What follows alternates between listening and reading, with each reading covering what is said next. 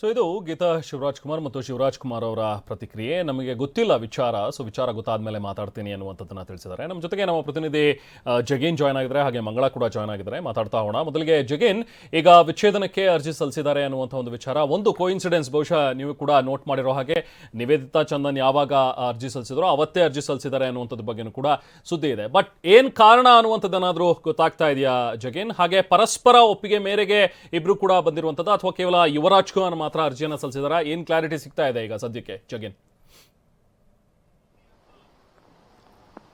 ರೆಹಮಾನ್ ಏನಂತಂದ್ರೆ ಕಾಕತಾಳಿ ಅನ್ನುವಂಥದ್ದೇ ಏನಂತಂದ್ರೆ ಜೂನ್ 6ರಂದು ಅಂದ್ರೆ ನಿವೇದಿತಾ ಮತ್ತು ಚಂದನ್ ಏನು ಒಂದು ಅರ್ಜಿಗೆ ಸಲ್ಲಿಸಿದ್ರು. ಸೊ ಶಾಂತಿನಗರದ ಫ್ಯಾಮಿಲಿ ಕೋರ್ಟ್ನಲ್ಲಿ ಅದೇ ದಿನ ಕೂಡ ಯುವ ಕೂಡ ಅರ್ಜಿಯನ್ನು ಸಲ್ಲಿಸಿರ್ತಕ್ಕಂಥದ್ದು. ಸೊ ಈಗ ಸದ್ಯಕ್ಕಿರುವಂತಹ ಮಾಹಿತಿಗಳ ಪ್ರಕಾರ ಹೇಳುವಂಥದ್ದಾದ್ರೆ ಇತ್ತ ಶಿವಣ್ಣ ಕೂಡ ಪ್ರತಿಕ್ರಿಯೆಯನ್ನು ನೀಡಿರ್ತಕ್ಕಂಥದ್ದು. ಸಹಜವಾಗಿ ಅಂದ್ರೆ ಇದು ಬಗ್ಗೆ ನಮಗೂ ಕೂಡ ಸದ್ಯಕ್ಕೆ ಮಾಹಿತಿ ಇಲ್ಲ. ಸೊ ಅದು ಏನಾಗುತ್ತೋ ಮುಂದಿನ ನಂತರ ಬೆಳವಣಿಗೆಗಳು ಅನ್ನೋದ್ರ ಬಗ್ಗೆ ಶಿವರಾಜ್ ಕುಮಾರ್ ಅವರು ಮತ್ತೆ ಗೀತಾ ಶಿವರಾಜ್ ಕುಮಾರ್ ಅವರು ಪ್ರತಿಕ್ರಿಯೆಯನ್ನು ನೀಡಿರ್ತಕ್ಕಂಥದ್ದು ಒಂದು ಕಡೆ ಆದ್ರೆ, ಸಹಜವಾಗಿ ಇಲ್ಲಿ ಏನು ಕಾರಣಕ್ಕೆ ಈ ರೀತಿಯಾಗಿರ್ತಕ್ಕಂತಹ ಒಂದು ಗಂಭೀರ ನಿರ್ಧಾರಕ್ಕೆ ಬಂದಿದ್ದಾರೆ ಯುವರಾಜ್ ಕುಮಾರ್ ಅನ್ನುವಂಥದ್ದು ಕೂಡ ಸಾಕಷ್ಟು ಕುತೂಹಲ ಕೆಡೆ ಮಾಡಿಕೊಟ್ಟಿರ್ತಕ್ಕಂಥದ್ದು. ಸದ್ಯಕ್ಕೆ ಸಿಗ್ತಾ ಇರತಕ್ಕಂತಹ ಪ್ರಾಥಮಿಕ ಮಾಹಿತಿಗಳ ಪ್ರಕಾರ ಅಂದ್ರೆ ಯುವರಾಜ್ ಕುಮಾರ್ ಅವರು ಅರ್ಜಿಯಲ್ಲಿ ನಮೂದಿಸಿರ್ತಕ್ಕಂತಹ ವಿಚಾರಗಳು ಮಾತ್ರ ಈಗ ಸ್ಪಷ್ಟವಾಗಿ ಹೊರಬಂದಿರತಕ್ಕಂಥದ್ದು. ಅಂದ್ರೆ ಅವರಿಗೆ ತಮ್ಮ ವೈಯಕ್ತಿಕ ಜೀವನದಲ್ಲಿ ಏನೊಂದಿಷ್ಟು ಬೆಳವಣಿಗೆಗಳಾಗ್ತಾ ಇತ್ತು, ನಟ ಆಗುವಂಥ ವಿಚಾರ ಆಗಿರ್ಬೋದು, ಮತ್ತೆ ತಮ್ಮ ಬೇರೆ ಬೇರೆ ಬಿಸ್ನೆಸ್ಗಳಲ್ಲಿ ತೊಡಗಿಸ್ಕೊಂಥ ವಿಚಾರ ಆಗಿರ್ಬೋದು. ಅಂತಹ ಸಂದರ್ಭದಲ್ಲಿ ಪತ್ನಿಯಿಂದ ಒಂದು ರೀತಿ ಸೂಕ್ತ ಸ್ಪಂದನೆ ಸಿಗ್ತಾ ಇರಲಿಲ್ಲ, ಪ್ರೋತ್ಸಾಹಿಸುವಂತಹ ನಿಟ್ಟಿನಲ್ಲಿ ಅಭಿಪ್ರಾಯಗಳು ಬರ್ತಾ ಇರಲಿಲ್ಲ ಅನ್ನುವಂತಹ ಮಾತುಗಳನ್ನ ಮಾತ್ರ ಉಲ್ಲೇಖ ಮಾಡಿ ಈಗ ಅರ್ಜಿಯನ್ನು ಸಲ್ಲಿಸಿರ್ತಕ್ಕಂಥದ್ದಾದ್ರೆ, ಇತ್ತ ಶ್ರೀದೇವಿ ಭೈರಪ್ಪ ಅವರ ಪ್ರಮುಖವಾಗಿ ಏನ್ ಹೇಳ್ತಾರೆ ಅನ್ನೋದನ್ನು ಕೂಡ ಕಾದು ನೋಡ್ಬೇಕಾಗಿದೆ. ಒಂದು ಕಡೆ ಇಬ್ಬರ ನಡುವಿನ ವೈಮನಸ್ಸು ಮತ್ತೆ ಭಿನ್ನಾಭಿಪ್ರಾಯ ಸಾಕಷ್ಟು ದಿನಗಳಿಂದ ಇತ್ತು. ಬಟ್ ಅದೇ ಶಿವಣ್ಣ ಮತ್ತು ಗೀತಕ್ಕ ಅವರಿಗೆ ಗಮನಕ್ಕಿರಲಿಲ್ಲ ಅಂದ್ರೂ ಕೂಡ ರಾಘಣ್ಣ ಮತ್ತು ಮಂಗಳಕ್ಕ ಅವರಿಗೆ ಗಮನಕ್ಕಿತ್ತು. ಬಟ್ ಅದೆಲ್ಲವನ್ನು ಕೂಡ ಅವರು ನಿಭಾಯಿಸಿಕೊಂಡು ಬರುವಂತಹ ಪ್ರಯತ್ನಗಳನ್ನ ಮಾಡಿದ್ರು ಅನ್ನುವಂಥದ್ದು ಒಂದು ಕಡೆ ಆದ್ರೆ, ಈಗ ಶಿವರಾಜ್ ಕುಮಾರ್ ಏನಂತಂದ್ರೆ ಶ್ರೀದೇವಿ ಮತ್ತು ಯುವರಾಜ್ ಕುಮಾರ್ ಇಬ್ರು ಕೂಡ ಜೊತೆಯಾಗಿರುವಂತಹ ಸಂದರ್ಭದಲ್ಲಿ ಆತ್ಮೀಯವಾಗಿದ್ರು.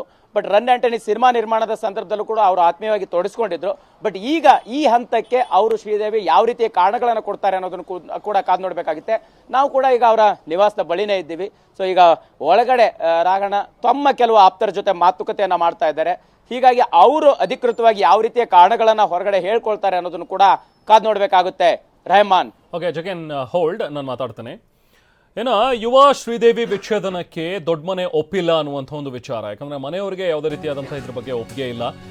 ಡಿವೋರ್ಸ್ ದೊಡ್ಡ ಮನೆಯಲ್ಲಿ ಯಾರಿಗೂ ಕೂಡ ಇಷ್ಟ ಇಲ್ಲ, ಇವರಿಬ್ರು ಕೂಡ ಬೇರೆ ಬೇರೆ ಆಗೋದು. ಬಟ್ ಅವರಿಬ್ಬರೇ ನಿರ್ಧಾರ ಮಾಡಿದ್ದಾರೆ ಅನ್ನುವಂಥದ್ರ ಬಗ್ಗೆ ಈಗ ಸಿಗ್ತಾ ಇರುವಂತಹ ಸುದ್ದಿ. ಡಿವೋರ್ಸ್ ಬಗ್ಗೆ ಅಶ್ವಿನಿ ಆಗಲಿ ಅಥವಾ ಶಿವಣ್ಣ, ಗೀತಾ ಶಿವರಾಜ್ ಕುಮಾರ್ ಆಗಲಿ ಇವರೆಲ್ಲರೂ ಕೂಡ ಬೇಸರವನ್ನು ವ್ಯಕ್ತಪಡಿಸಿದ್ದಾರೆ. ಹಾಗೆ ವಿಚ್ಛೇದನಕ್ಕೆ ರಾಘಣ್ಣ ಮತ್ತು ಮಂಗಳಮ್ಮ ಇಬ್ರು ಕೂಡ ಒಪ್ಪಿಗೆಯನ್ನ ಕೊಟ್ಟಿಲ್ಲ ಅನ್ನುವಂಥದ್ರ ಬಗ್ಗೆನೂ ಕೂಡ ಸಿಗ್ತಾ ಇರುವಂತಹ ಒಂದು ಮಾಹಿತಿ. ಅದಾಗಿಯೂ ಕೂಡ ಇವರಿಬ್ಬರೇ ನಿರ್ಧಾರವನ್ನ ಮಾಡ್ಕೊಂಡಿದ್ದಾರೆ. ಯುವ ಅದರಲ್ಲೂ ಕೂಡ ವಿಚ್ಛೇದನ ಪಡಿಬೇಕು ಅನ್ನುವಂಥ ಒಂದು ನಿರ್ಧಾರಕ್ಕೆ ಬಂದಿದ್ದಾರೆ. ಶ್ರೀದೇವಿ ಅವ್ರ ಜೊತೆಗೂ ಕೂಡ ಮಾತಾಡಿದ್ದಾರೆ. ಸೊ ಇಬ್ರು ಕೂಡ ಪರಸ್ಪರ ಒಪ್ಪಿಗೆ ಮೇರೆಗೆ ಇಬ್ರು ಕೂಡ ಪರಸ್ಪರ ದೂರ ಆಗ್ತಾ ಇದ್ದಾರಾ ಅಥವಾ ಏನು ಅನ್ನುವಂಥದ್ದು ಇನ್ನಷ್ಟೇ ಸುದ್ದಿ ಖಚಿತವಾಗಬೇಕಾಗಿದೆ. ನಮ್ಮ ಪ್ರತಿನಿಧಿ ಮಂಗಳ ಕೂಡ ಜಾಯ್ನ್ ಆಗಿದ್ದಾರೆ, ಮಾತಾಡೋಣ. ಮಂಗಳ, ಈಗ ಇರುವಂತಹ ಮಾಹಿತಿ ಪ್ರಕಾರ ಫ್ಯಾಮಿಲಿಯವ್ರಿಗೆ ಯಾರಿಗೂ ಕೂಡ ಒಪ್ಪಿಗೆ ಇಲ್ಲ ಅನ್ನುವಂಥದ್ದು ಸಹಜ. ಯಾಕಂದ್ರೆ ದೊಡ್ಡ ಮನೆಯಲ್ಲಿ ಹಿಂದೆ ಈ ಥರದ ಯಾವುದೇ ರೀತಿ ಘಟನಾವಳಿಗಳು ನಡೆದಿರೋದ್ರ ಬಗ್ಗೆ ಉದಾಹರಣೆ ಇಲ್ಲ. ಬಟ್ ಇವರೀಗ 4 ವರ್ಷದಲ್ಲಿ ಈ ರೀತಿಯಾಗಿ ಬೇರೆ ಆಗ್ತಾ ಇದ್ದಾರೆ ಅಂತ ಹೇಳಿದ್ರೆ ಸಹಜವಾಗಿ ದೊಡ್ಡ ಮನೆ ಇದಕ್ಕೆ ಒಪ್ಪಿಗೆ ಇರೋದಿಲ್ಲ. ಮಂಗಳ, ಏನ್ ಮಾಹಿತಿ ಸಿಗ್ತಾ ಇದೆ, ಏನು ಅಪ್ಡೇಟ್ ಸಿಗ್ತಾ ಇದೆ ಕಾಲಿಂದ? ರೆಹಮಾನ್, ವರನಟ ಡಾಕ್ಟರ್ ರಾಜ್ಕುಮಾರ್ ಅಂದರೆ ಕನ್ನಡ ಅಂತಂದರೆ ಡಾಕ್ಟರ್ ರಾಜ್ಕುಮಾರ್. ಸೊ ಕರ್ನಾಟಕಕ್ಕೆ ಒಂದು ಬ್ರ್ಯಾಂಡ್ ಡಾಕ್ಟರ್ ರಾಜ್ಕುಮಾರ್ ಅವರು. ಜೊತೆಗೆ ಡಾಕ್ಟರ್ ರಾಜ್ಕುಮಾರ್ ಅವರು ಹಾಗೂ ಪಾರ್ವತಮ್ಮ ಅವರ ಲೈಫ್ ಹಿಸ್ಟ್ರಿ ಎಲ್ರಿಗೂ ಗೊತ್ತಿರೋವಂಥದ್ದೇ. ಯಾವ ರೀತಿ ಪಾರ್ವತಮ್ಮ ರಾಜ್ಕುಮಾರ್ ಅವರು ಡಾಕ್ಟರ್ ರಾಜ್ಕುಮಾರ್ ಅವರನ್ನು ಬೆಳವಣಿಗೆ ಕಾರಣರಾದರು, ಯಾವ ರೀತಿ ಅವರು ಒಂದು ಲೆಗಸಿಯನ್ನು ಕ್ರಿಯೇಟ್ ಮಾಡಿದ್ರು ಕನ್ನಡ ಇಂಡಸ್ಟ್ರಿಯಲ್ಲಿ. ಡಾಕ್ಟರ್ ರಾಜ್ಕುಮಾರ್ ನಟನಾಗಿ ಒಂದು ದೊಡ್ಡ ನಟನಾದರೆ, ಡಾಕ್ಟರ್ ಪಾರ್ವತಮ್ಮ ರಾಜ್ಕುಮಾರ್ ಅವರು ನಿರ್ಮಾಪಕಿಯಾಗಿ ಯಾವ ರೀತಿ ದಿಟ್ಟತನದಿಂದ ಮುಂದೆ ಹೋದ್ರು. ಆಸ್ ಎ ನಿರ್ಮಾಪಕಿಯಾಗಿ ಸಾಕಷ್ಟು ಒಳ್ಳೊಳ್ಳೆ ಸಿನಿಮಾಗಳನ್ನ ಮಾಡಿದ್ದಾರೆ. ಸೊ ಹೀಗಾಗಿ ಇವರಿಬ್ಬರು ಆದರ್ಶ ದಂಪತಿಗಳಾಗಿದ್ರು. ಹಳೆ ಕಾಲದಲ್ಲಿ ಅಂದರೆ ಅವಾಗೆಲ್ಲ ಯಾವುದಾದ್ರೂ ದಂಪತಿಗಳಲ್ಲಿ ಏನಾದರೂ ಭಿನ್ನಾಭಿಪ್ರಾಯಗಳು ಕಾಣಿಸ್ಕೊಂಡ್ರೆ ಎಲ್ಲರೂ ಬರ್ತಾ ಇದ್ದಿದ್ದೆ ದೊಡ್ಡ ಮನೆ ಬಾಗಿಲಿಗೆ.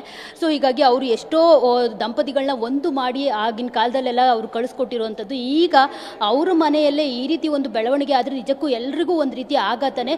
ಸೊ ಎಲ್ರಿಗೂ ಒಂದು ರೀತಿ ಮಾದರಿ ಆಗಿರೋ ಕುಟುಂಬ ಇದು. ಆ ಕುಟುಂಬದ ನಿವಾಸದಲ್ಲೇ ಈ ರೀತಿ ಒಂದು ವಿಚ್ಛೇದನ ಮಾಡ್ಕೊಳ್ತಾರೆ ಒಂದು ಜೋಡಿ ಅಂತಂದಾಗ ಅಫ್ಕೋರ್ಸ್ ಯಾರಿಗೂ ಕೂಡ ಸಮ್ಮತಿ ಇರೋದಿಲ್ಲ.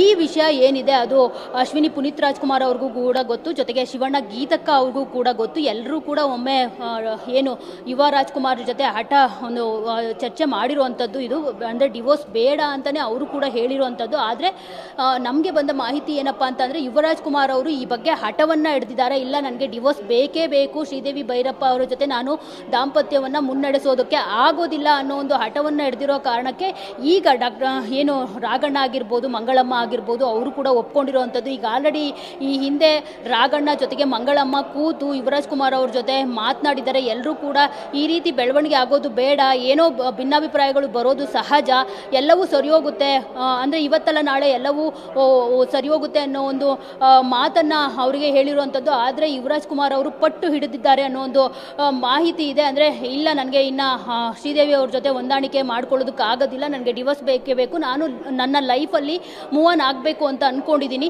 ಸೊ ಹೀಗಾಗಿ ನನಗೆ ಡಿವೋರ್ಸ್ ಬೇಕೇ ಬೇಕು ಅನ್ನೋ ಒಂದು ಮಾಹಿತಿ ಇರುವಂಥದ್ದು ರೆಹಮಾನ್. ಜೊತೆಗೆ ಶ್ರೀದೇವಿ ಭೈರಪ್ಪ ಅವರು ಏನು ವಿದೇಶಕ್ಕೆ ಹೋಗಿದ್ರು, ವಿದೇಶದಿಂದ ಒಮ್ಮೆ ಬ್ರೇಕ್ ತೆಗೆದುಕೊಂಡು ಈ ರೀತಿ ಎಲ್ಲ ಬೆಳವಣಿಗೆಗಳಾದಮೇಲೆ ಬ್ರೇಕ್ ತೆಗೆದುಕೊಂಡು ಬೆಂಗಳೂರಿಗೆ ಬಂದಿದ್ದರು, ಸದಾಶಿವ ನಿವಾಸದಲ್ಲೇ ಇದ್ದರು ಅವರು. ಆವಾಗ ಕೂಡ ಅವರು ಅಪ್ಪು ಅವರ ಒಂದು ಟ್ಯಾಟೂವನ್ನು ಹಾಕಿಸ್ಕೊಂಡಿರೋದು. ಅಂದರೆ ಅಪ್ಪು ಮತ್ತು ಅಶ್ವಿನಿ ಜೊತೆ ಶ್ರೀದೇವಿ ಅವರು ತುಂಬ ಆತ್ಮೀಯವಾಗಿದ್ದರು. ಮೇ ಬಿ ಅಪ್ಪು ಅವರು ಇವತ್ತು ಏನಾದರೂ ಇದ್ದಿದ್ದರೆ ಈ ರೀತಿ ಬೆಳವಣಿಗೆ ಆಗೋದಕ್ಕೆ ಬಿಡ್ತಾ ಇರಲಿಲ್ಲ ಅಂತ ಅನಿಸುತ್ತೆ. ಯಾಕಂದರೆ ಅಪ್ಪು ಅವರು ಕೂಡ ಹೆಣ್ಮಕ್ಳು ಯಾವಾಗಲೂ ದಿಟ್ಟತನದಿಂದ ಇರಬೇಕು, ಮುಂದುವರಿಬೇಕು ಅನ್ನೋ ಒಂದು ಮಾತನ್ನೇ ಹೇಳ್ತಾ ಇದ್ರು, ಹೆಣ್ಮಕ್ಳೇ ಸ್ಟ್ರಾಂಗು ಗುರು ಅಂತ. ಯಾವಾಗ ಈ ಒಂದು ಡಾಕ್ಟರ್ ರಾಜ್ಕುಮಾರ್ ಅಕಾಡೆಮಿಯನ್ನು ಶ್ರೀದೇವಿ ಭೈರಪ್ಪ ಅವರು ಒಬ್ಬಂಟಿಯಾಗಿ ಅದನ್ನು ನೋಡ್ಕೊಳ್ತಿದ್ರು, ಸೊ ಹೀಗಾಗಿ ಶ್ರೀದೇವಿ ಅವರು ತುಂಬ ಇಷ್ಟ ಆಗಿದ್ರು ಅಪ್ಪುಗೆ. ಅಂದರೆ ಎಲ್ಲದಕ್ಕೂ ಮುಂದುವರಿತಾರೆ, ಎಲ್ಲವನ್ನ ನಿಭಾಯಿಸ್ತಾರೆ ಅಂತ ಹೇಳ್ಬಿಟ್ಟು.